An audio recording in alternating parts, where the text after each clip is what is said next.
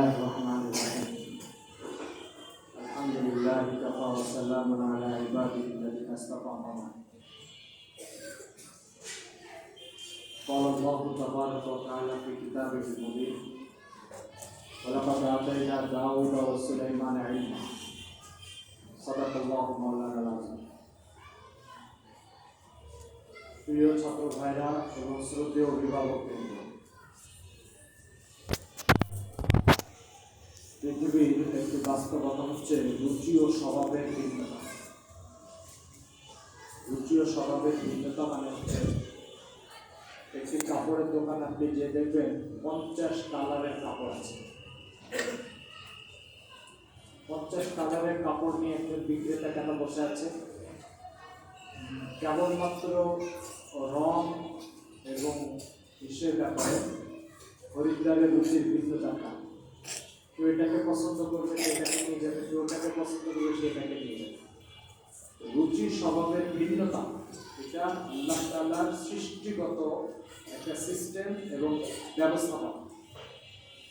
বিষয়টাকে পরিষ্কার করার একটা উদাহরণ বলি, তাহলে বুঝবেন। রাসূল সাল্লাল্লাহু আলাইহি ওয়াসাল্লাম ওনার এক সাহাবী মুআজ বিন জাবাল তাকে এক জায়গায় ইমামতি করতে পাঠিয়েছেন। উনি ওখানে যে মাগরিব আর ইশার নামাজের ইমামতি করতেন। একদিন ইশার নামাজ পড়ায় সালাম ফিরাইছেন, ফিরে পিছনে দেখেন এক ব্যক্তি জামাত ছাড়া একা একা নামাজ পড়তেছে।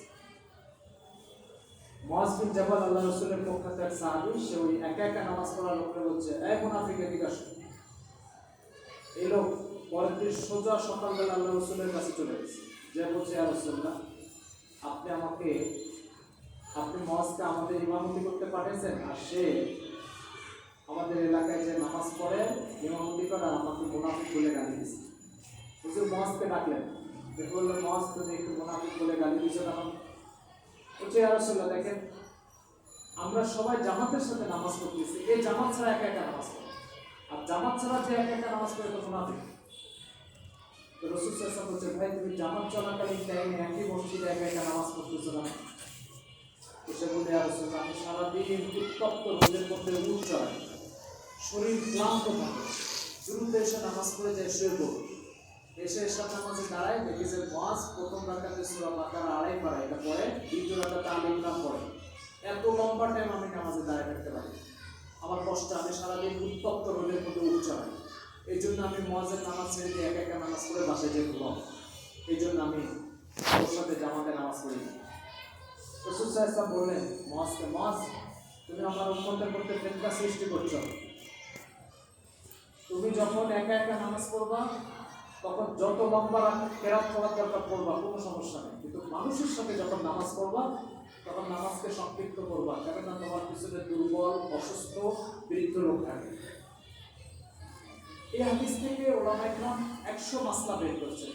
এখন এই হাদিসটা বলা, এই ঘটনাটা বলার উদ্দেশ্য হচ্ছে মুআজ রাদিয়াল্লাহু রুচি হচ্ছে আমি নামাজে আল্লাহর সামনে আল্লাহর কোরআনকে শোনাবো 2 পারা, 3 পারা, 4 পারা, আর আরেকজন ছোট 2 আর 3 আয়াতের সূরা পড়ে তাড়াতাড়ি নামাজ শেষ করতে চায়। বলে রুচির ঐক্য হলো না রুচির ভিন্নতা হলো? রুচির ভিন্নতা। এই রুচির ভিন্নতা এটা স্বভাবসুলভ জিনিস, সবচেয়ে ভালো কাজে রুচির ভিন্নতা হতে পারে। যে একজন কোরআন বেশি শুনতে চায়, একজন কম শুনতে চায়। কোরআন শোনা এটা ভালো কাজ না খারাপ কাজ? তো ভালো কাজের রুচির ভিন্নতা হতে পারে, তাহলে অন্য কাজের রুচির ভিন্নতা হতেই পারে।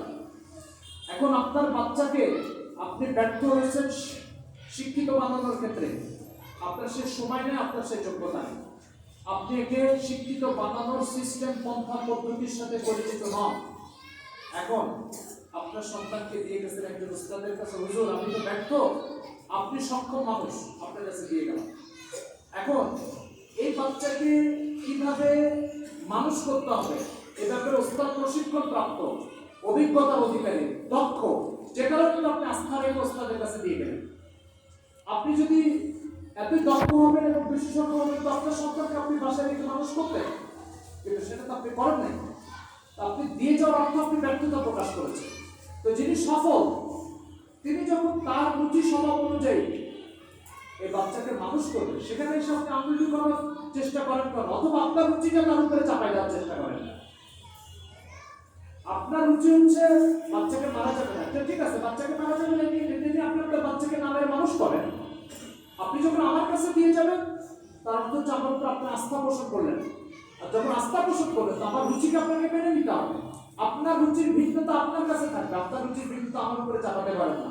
যেমন মুআয ইবনে জাবাল রাদিয়াল্লাহু তাআলা সূরা বাকারা পড়তে চায় প্রথম রাকাতে, কিন্তু রাসূল সাল্লাল্লাহু আলাইহি ওয়াসাল্লাম বলছেন না মুআয, এটা আরেকজনের উপর চাপাতে যাবে না।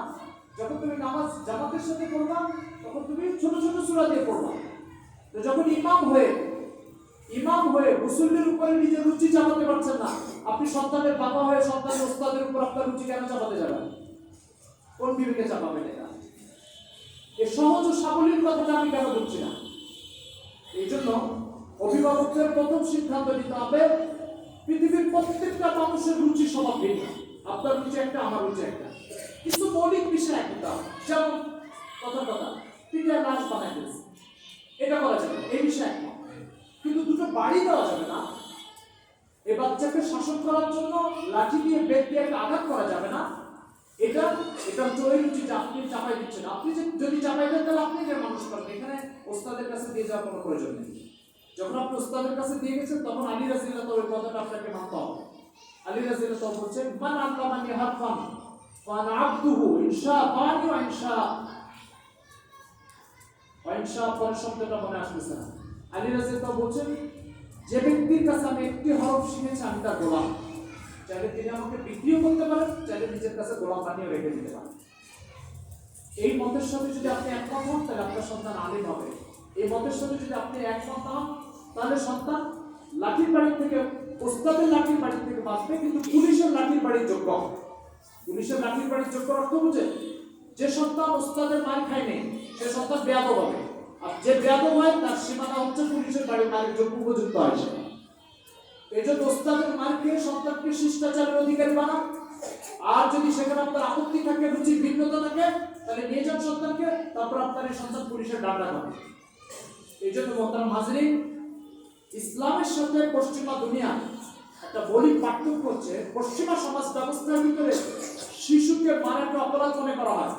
ইসলামী সমাজ ব্যবস্থার ভিতরে শিশুর জন্য মৃত্যু আঘাতকে ডাক্তারের অপারেশন মনে করা হয়। কথাটা কি বুঝাতে পারছি? এবার বলেন, আপনার বাচ্চাকে কোন একটা রোগ ব্যাধি দূর করার জন্য, কোন একটা ক্যান্সারের জাত খতম করার জন্য ডাক্তার অপারেশন করার অধিকার রাখে না? রাখে না? রাখে। সেই ডাক্তার আপনার দুশ্মন না বন্ধু?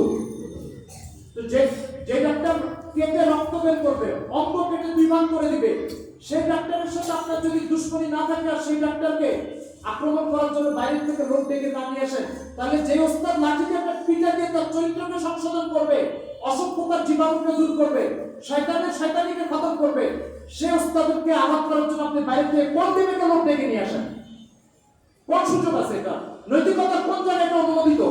নৈতিকতা কোন পার্টটা এটাকে সাপোর্ট করবে? সারা পৃথিবীতে ডাক্তারের কাটার অধিকার আছে, ডাক্তারের অপারেশনের অধিকার আছে, রক্তাক্ত করার অধিকার আছে। কেন? এই রক্তাক্ত এই ব্যক্তিকে দৈহিকভাবে সুস্থ করে দিবে। যদি দৈহিকভাবে সুস্থ করার জন্য ডাক্তার রক্তাক্ত করার অধিকার থাকে, তাহলে এই ছেলেটাকে মানুষ বানানোর জন্য, চিন্তাশীল একজন আলিম বানানোর জন্য, উম্মতের একজন খায়রখা বানানোর জন্য, উম্মতের জন্য একজন মুখলিস দায়ী এবং উম্মতের একজন খাদিম বানানোর জন্য, চারিত্রিক পরিশুদ্ধির জন্য এবং শিষ্টাচার বোধ তৈরির জন্য এই সন্তানকে লাঠি দিয়ে দুটো বাড়ি দেওয়া, এটা এই ওস্তাদের অধিকার আছে যেভাবে ডাক্তারের অধিকার আছে। এই অধিকার আপনি কেন আঙুল ঢুকাতে যাবেন? এই অধিকারে কেন আপনি হস্তক্ষেপ করতে যাবেন? ডাক্তার পেটে রক্তাক্ত করে পকেট থেকে 2 লাখ টাকা বের করে দিয়ে আসেন। কেন ডাক্তার সাহেব? আপনি কেটেছেন এই জন্য। আপনি তো ওস্তাদকে এনে 2 কেজি আপেল কিনে 3 কেজি কমলা লেবু কিনে এনে দিবেন। হযরত, আপনি বিশেষ মনোযোগ দিয়ে আমার বাচ্চাটাকে মানুষ করার চেষ্টা করছেন, এই নেন, এই জন্য আপনার হাদিয়া। আপনি সেখানে বাইরে থেকে লোক ডেকে নিয়ে আসেন। এটা কোন বিবেকহীনতা? এই বিবেকহীনতা নিয়ে আপনি বাচ্চার আলেম, বাচ্চাকে কিভাবে আলেম বানাবেন? আপনি এই বিবেকহীনতা দিয়ে কিভাবে বাচ্চাকে যোগ্য একজন উম্মতের খাদিম বানাবেন? আমরা মসজিদ থেকে বের হয়েছি, সকালবেলাতে রাত্রে মসজিদ থেকে বের হয়েছি, বয়ান শেষ করে গেটে আসতেই একজন কোলাকুলি করতে আসে, হুজুর আপনার বয়ান শুনে আমার স্ত্রী ভালো হয়ে গেছে। হুজুর আপনার বয়ান শুনে আমার স্ত্রী সব নোংরামি ছেড়ে দিয়েছে। হুজুর আপনার বয়ান শুনে আমার স্ত্রী সত্যিকার একজন আদর্শ নারী হয়ে গেছে। জড়াই ধরে আমাদেরকে এসব কথা শুনে। কিন্তু আপনি কি জানেন আমাদেরকে আমাদের উস্তাদরা কি পরিমাণ পিটানোর পরে তারপরে আমাদের কথা একজন নারীর জীবন ঠিক হয়েছে? জানেন আপনি? আমরা ওস্তাদের কাছে যে লাঠি দিয়ে পড়েছি সেসব লাঠি দেখলে তো আপনারা এখন ওস্তাদের মারার জন্য পুলিশকে ডেকে নিয়ে আসবেন। আমরা মিজান পড়েছি, আমার ওস্তাদের লাঠি ছিল 4 হাত লম্বা, সেই 4 হাত লম্বা দিয়ে উনি সিটে বসে এইভাবে আমাদেরকে মারছে, আমাদের হাতে দাগ পড়ে গেছে। আমাদের বাবা মারা দেখেছে, দেখে আমাদেরকে বলেছে বাবা ভালো আলেম হতে হলে ওস্তাদের গায়ে খেতে হয়। আলহামদুলিল্লাহ শেষ। আমার বাবা মা সবর করেছে, ধৈর্য ধারণ করেছে। আল্লাহ এখন দিনের জন্য অপর একটু কাজ করার তৌফিক দান করেছে। মোহতারাম হাজিরিন, এই মানসিকতা কোনো অভিভাবক যদি লালন না করে যে আমার সন্তান পড়তে গেছে, ওস্তাদ যেভাবে ইচ্ছা সেভাবে আমার সন্তানকে পড়বে, যদি পিঠের শরীরে দাগ ফেলে দেয় আলহামদুলিল্লাহ আমার ওস্তাদ বিশেষ মনোযোগ দিয়ে আমার সন্তানকে দেখাশোনা করে। এই অনুভূতি যদি আপনার ভিতরে না থাকে তাহলে আমার মনে হয় না যে আপনি এখানে আনাটা ঠিক হবে। বাড্ডা এলাকার একটা স্কুলে আমাদের দিনই তালিম চলে, ওই স্কুলের জেনারেল সাবজেক্টের টিচার, অঙ্ক ইংরেজির টিচার, সে আমাদেরকে শোনাচ্ছে। আমি আমার কানে তার মুখ থেকে শুনেছি, কোনো ভাই মিডিয়া থেকে শুনি নাই। আমি ক্লাসে বসা, আমার ছাত্র কেস পাই দিয়ে হাই বেঞ্চের উপর দিয়ে হাঁটাহাঁটি করে। মোহতারাম হাজিরিন, এই বেয়াদবির পরিবেশটা তৈরি হয়েছে যখন সেখান থেকে লাঠি উঠে গেছে। লাঠি যখন উঠে যাবে তো ছেলের নিচে বসা, সে হাই বেঞ্চের উপরে উঠবে, খালি পায়ের উপরে উঠার দরকার তো উঠবে কেস পাই দিয়ে। ওস্তাদ না থাকলে যে কাজগুলো করার দরকার সেটা ওস্তাদের সামনে করবে। কেন? দৈহিক যেমন জীবাণু তৈরি হয় তেমনি ভাবে রুচির স্বভাব ও চরিত্রের মধ্যে জীবাণু তৈরি হয়। দৈহিক জীবাণুর জন্য ডাক্তারের যদি কাটার অধিকার থাকে তো চরিত্রের জীবাণু দূর করার জন্য ওস্তাদেরও মারার অধিকার আছে। এই অধিকার আপনি খর্ব করার ন্যূনতম কোনো সুযোগ আপনার জন্য নাই। এই অধিকার খর্ব করার কোনো অধিকার নেই। এই জন্য মোহতারাম হাজিরিন, মাদ্রাসাতুল ইমাম কাসিম নানুতুবির প্রথম দিনের সাথে আমি জড়িত, একদম প্রথম দিন থেকে আমি জড়িত। এই মাদ্রাসাকে অন্য 10টা 20টা মাদ্রাসার মতো আমরা বানাতে চাচ্ছি না। আমরা এখান থেকে যে বাচ্চাটাকে 2 বছর 3 বছর 5 বছর নিজেদের সংসারকে রেখে ছেড়ে দিব, এই বাচ্চাটা চরিত্রের জগতে নমুনা হবে, আদর্শের জগতে নমুনা হবে, পড়ার জগতে নমুনা হবে, সর্বোপরি বাবা মার দুনিয়া আখিরাতে চক্ষু শীতল করার কারণ হবে। এই লক্ষ্য নিয়ে যে ওস্তাদ টিম কাজ করবে সে ওস্তাদকে স্বাধীনভাবে কাজ করার সুযোগ দিতে হবে। তাদের স্বাধীনতা খর্ব করা বা হস্তক্ষেপ করার কোনো চেষ্টা যদি করেন তাহলে আপনি এই লক্ষ্যের সাথে একমত নন। আপনি আপনার বাচ্চাকে ওই মাদ্রাসাগুলোতে নিয়ে যান যে মাদ্রাসাগুলোতে এই সমস্ত লক্ষ্য লালন করা হয় না। অভিভাবক বৃন্দকে আমার কথা বুঝতে পেরেছেন? পরিষ্কার কথা। এই জন্য মোহতারাম হাজিরিন, স্বাধীনভাবে ওস্তাদদেরকে কাজ করতে দিতে হবে, স্বাধীনভাবে ওস্তাদদেরকে যেভাবে ইচ্ছা সেভাবে কাজ করার সুযোগ দিতে হবে। যদি আপনি এখানে কোনো হস্তক্ষেপের চেষ্টা করেন আমার মনে হয় না যে আমাদের এই লক্ষ্যের সাথে আপনি একমত, আর আমাদের লক্ষ্যের সাথে যেহেতু আপনি একমত হন তাহলে আমি খুলনা যাব আর আরেকজন সিলেট যাবে, রাস্তা ভিন্ন। তো আপনি সিলেটের রাস্তা ধরে আমাকে আমার খুলনায় যেতে না। সেই জন্য আমরা আমাদের এই সন্তানগুলোকে আমানত মনে করি। এই সন্তানগুলোকে চরিত্রবান বানানো, নৈতিকতার অধিকারী বানানো, এই সন্তানগুলোকে কোরআন ও সুন্নাহর পারদর্শী করা, এই সন্তানগুলোর ব্যাপারে যে দায়িত্বশীলতা ও আমানতদারি আছে সে আমানতদারি রক্ষা করার জন্য আমরা বদ্ধপরিকর। সেই জন্য আপনার রুচির ভিন্নতার সাথে আমরা একমত হতে পারছি না, আপনি আমাদের সাথে একমত হতে পারছেন না, আপনার রাস্তা ভিন্ন, আমাদের রাস্তা ভিন্ন। মোহতারাম হাজিরিন, এই জন্য আমি অভিভাবকদের থেকে একটা অঙ্গীকার দিতে চাই, ওস্তাদদেরকে স্বাধীনভাবে কাজ করার সুযোগ দিতে হবে। রাজি আছেন আপনারা? যদি কারো দ্বিমত থাকে হাত তুলে দেখাতে পারেন যে আমার এই ব্যাপারেও ওস্তাদের সাথে দ্বিমত আছে বা আপনাদের লক্ষ্য উদ্দেশ্যের সাথে দ্বিমত আছে। মোহতারাম হাজিরিন, মাদ্রাসা আমাদের একজন উস্তাদ বলতে আমার মতো লক্ষ্য মুতাসিম বিল্লাহ দরকার নেই, একজন থানবী আর একজন মাদানী দরকার। মাদ্রাসা 1000 দরকার নেই, 2টো মাদ্রাসা হবে, কিন্তু মানুষ গড়ার কারিগর হবে, মানুষ গড়ার একটা কারখানা হবে। সেটা আমরা এরকম একটা প্রতিষ্ঠান, এরকম একটা মান সম্পদের জায়গা করতে চাই। আপনি আমাদের এই লক্ষ্যের সাথে একমত হচ্ছেন না, ওস্তাদ মানলে তাকে অপমান করার জন্য আপনার সন্তানের সামনে আপনি বাইরে থেকে কোন দিকে আপনি লোক ডেকে নিয়ে আসেন। আপনি কি জানেন যে সন্তানের সামনে আপনি আজকে ওস্তাদকে অপমান করলেন, এই সন্তান অন্যের সামনে আপনাকে অপমান করবে। এই জন্য যে কাজটা করেছেন সে ওস্তাদের কাছে ক্ষমা চেয়ে যাবেন, অথবা আপনার সন্তানের ভবিষ্যৎ অত্যন্ত অন্ধকার, অত্যন্ত অন্ধকার। এই অন্ধকারাচ্ছন্ন থেকে আপনি রেহাই পাবেন, এটা একটা বিষয়। দ্বিতীয় একটা বিষয়, সন্তানাদি বন্ধে বাড়িতে যাচ্ছে, সন্তানাদি বন্ধে বাড়িতে যাচ্ছে। আমাদের এখানে যে পুঁজিগুলো বাচ্চাদেরকে দেওয়া হয়েছে সেই পুঁজিগুলো আপনি বাড়িতে যে নষ্ট করার কোনো কার্যক্রম করবেন না। এই বাচ্চার হাতে মোবাইল তুলে দিবেন না, অন্তত বাচ্চার সামনে 24 ঘন্টা মোবাইল দেখার চেষ্টা করবেন না। আপনার স্ত্রীকে এই কথা বলে দিবেন। আপনি যদি আপনার সন্তানকে মোবাইল টিপতে দেন তাহলে আপনার সন্তান অপরিহার্যভাবে আমাদের এখান থেকে যে পুঁজিটা তাকে সরবরাহ করা আছে সেই পুঁজি সে কিনে খেয়ে ফেলবে। দ্বিতীয় নম্বর, ওই সমস্ত নোংরা এবং এলোমেলো চিন্তার লোকের সাথে মিশতে দিবেন না। যে সমস্ত নোংরা লোকের সাথে মিশলে আপনার বাচ্চার মৌলিক চেতনা অনুভূতি নষ্ট হয়ে যাবে। অর্থাৎ আমাকে একজন ইসলামের মুখলিস খাদিম হতে হবে, কোরআনের একজন ভালো হাফেজ হতে হবে, এই চেতনাটা নষ্ট হয়ে যায় এই ধরনের লোকের সাথে মিশতে দিবেন না। 3 নম্বর, ওস্তাদরা এখান থেকে একটা গাইড দিয়ে দিবে যে মন্দিরে মাঝে সে কিভাবে চলবে। সেই গাইডটা দেওয়া একটা কাগজের মধ্যে লেখা থাকবে। অসংখ্য অভিভাবক এই কাগজটা একবার পড়ে দেখার প্রয়োজনীয়তা অনুভব করে না। তো আপনার সন্তানকে মানুষ করার জন্য একটা কাগজ পড়ে সহযোগিতা করতে পারবেন না, তো আপনি সন্তানের মানুষ করার জন্য আর কি করবেন? তাহলে ওই কাগজটা পড়বেন, পড়ে এখানে কি কি লেখা সেটা বুঝবেন, বুঝে এই আমলগুলো বাচ্চাকে দিয়ে বাস্তবায়ন করানোর চেষ্টা করবেন। কথাটা কি বুঝাইতে পারছি ভাই? 4th নম্বর যে বিষয়টা সেটা হচ্ছে যে মাদ্রাসার 3টা জিনিসের নাম: ওস্তাদ, ছাত্র, অভিভাবক। পরস্পরের একে অপরকে যদি সহযোগিতা না করে তাহলে মাদ্রাসার যাত্রা গতি স্তব্ধ হয়ে যাবে। এই জন্য যাত্রা স্বাভাবিকভাবে অব্যাহত রাখার স্বার্থে অভিভাবক শিক্ষককে সহযোগিতা করবে, ছাত্র অভিভাবককে সহযোগিতা করবে, শিক্ষককে সহযোগিতা করবে।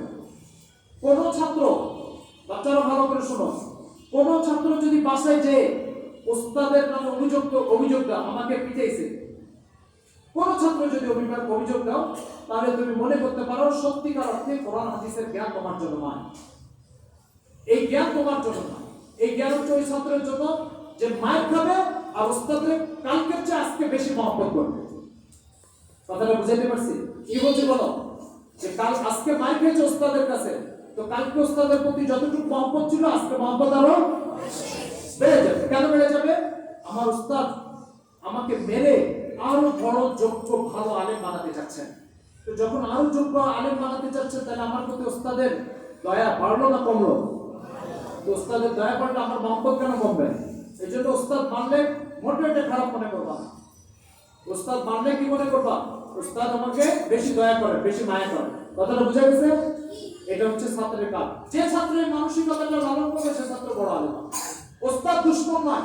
ওস্তাদ কি নয়? বলো বলো, ওস্তাদ কি নয়? দুশমন না। ওস্তাদ হচ্ছে সবচেয়ে প্রিয় মানুষ।